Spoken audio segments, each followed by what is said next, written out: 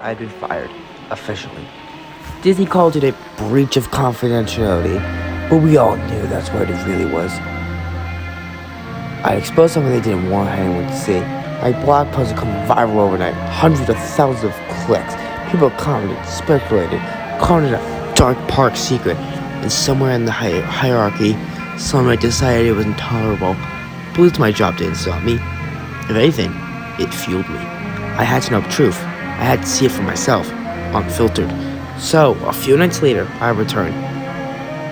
The park was empty, the crowd's gone, the main street lights glowed softly, but the air felt heavier than usual, like the park itself was holding its breath.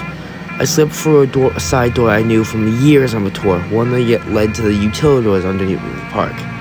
The maze of tunnels beneath Main Street smelled faintly of clean solvent, grease, and the faint echo of reports distant past. I walked past, heart hammering.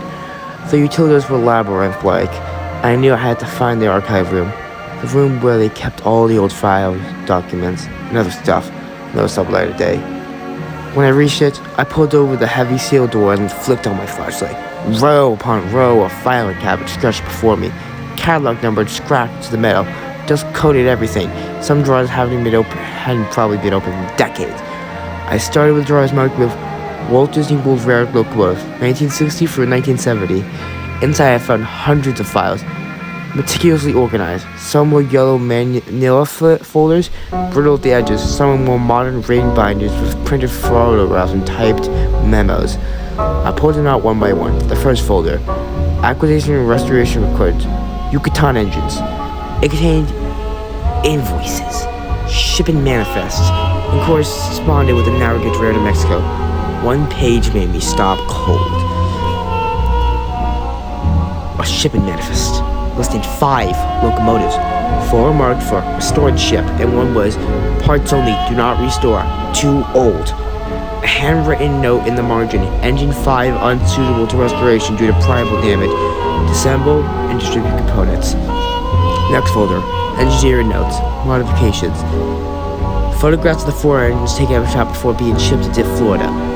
Some of the components in red ink. Notes like boiler parts from 5th Unit Incorporated. Tender plates from Unit 5 added to reinforce structure. Keep records of all engine modifications sealed. Then the internal memo was typed, stamped, confidential. One read, and I quote, Engine 5 must not be mentioned in any public documentation. Any inquiry should be directly to HR and politely react to standard fleet history. Another memo. All cast members should be reminded only 4 engines exist in the Florida bug. Any references to a 5th unit are considered to be erroneous. Under no circumstances is Engine 5 to be discussed, mentioned, or even brought up. I kept digging. Drawers labeled maintenance records, safety inspections, incident reports. Some were mundane, oil changes, oil pressure logs, but others contained redacted portions, blacked out with thick ink. One file titled Unexplained Crew Injuries, WDW Railroad, 1970 French Navy, listed incidents like employee reports sudden injury near engine 2 Lilybell, cause unknown, no witnesses. Employee fed inside the cab of Roy Disney during a morning shift, burn mark observed, and investigating closed. I found photographs tongue-tied binder. They were pre-restoration images, 4 inches in the yard, ready to be shipped to Tampa, and finally the 5th one on the edge of the frame, all worn out on a flatbed. Its smoke box had leaned slightly to one side. Someone taking the photo and crossed out with pen writing, first scrap. Then came files I didn't expect. Handwritten notes in small notebooks, page from a ledger, and even a few engineering blueprints. One blueprint showed the roundhouse with 5 stalls, but the 5th stall had scribbled annotation. This is not for engine 5. This is for a track repairing machine. I repeat, engine 5 is to be forgotten about, erased. Do never mention it if people ask why. A stack labeled Cast Member Guidelines, Railroad Operations, details how employees would respond to guest questions. Under fleet roster, it read, only engines 1 through 4 are active. Do not acknowledge any other locomotives. Any claims of additional use will be dismissed politely and redirected to general history. I laughed nervously. They were hiding it.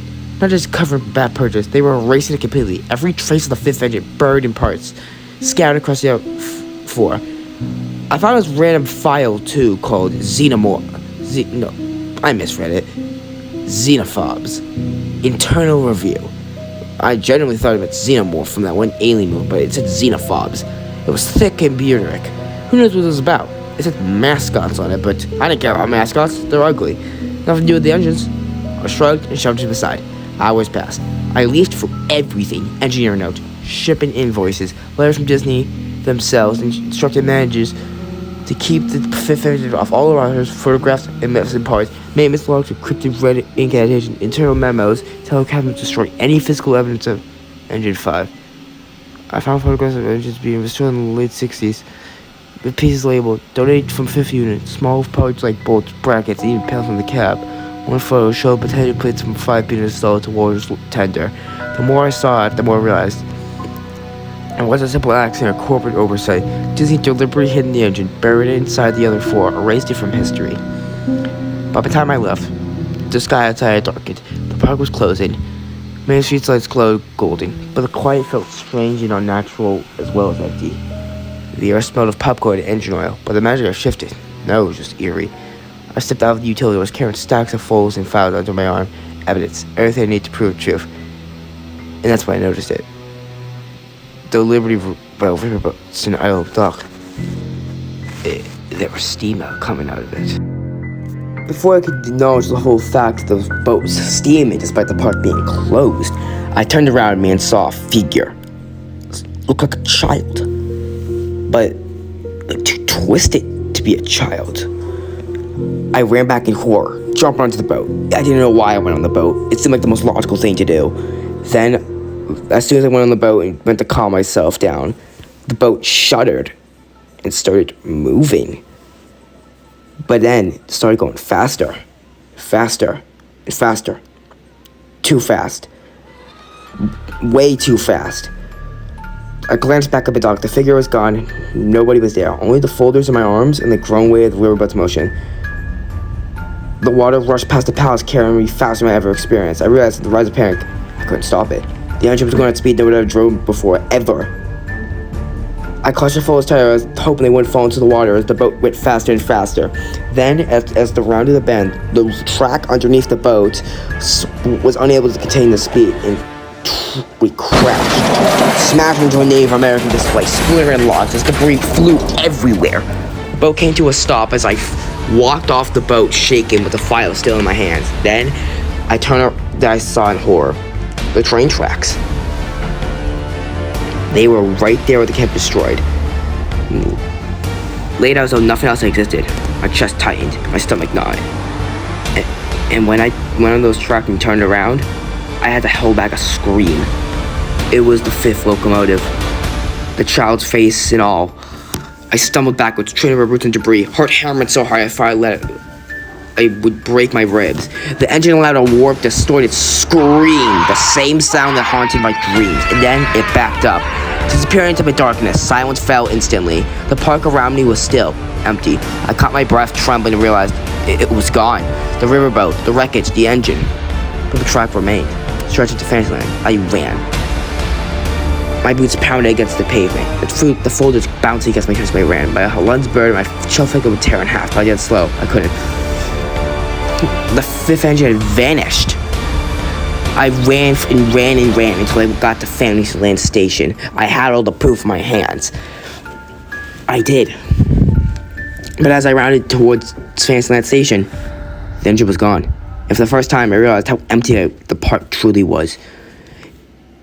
And in the distance, I saw a glimpse of brown in the tunnel, the one under Tron. My stomach sank. I climbed up the platform of Fantasyland Station just so I looked back, saw the locomotive roar by me. My theory was it was trying to kill me. I got out of the park as fast as I could. Ran back home. I've never driven so fast to my home before. I never want to return to Disney World again. But another part of me knows if I don't, worse things will happen. The 5th engine will do worse things. I cannot let them happen. I cannot let the company hide all this information. They're hiding something. And I need to expose it all before it starts killing innocent lives.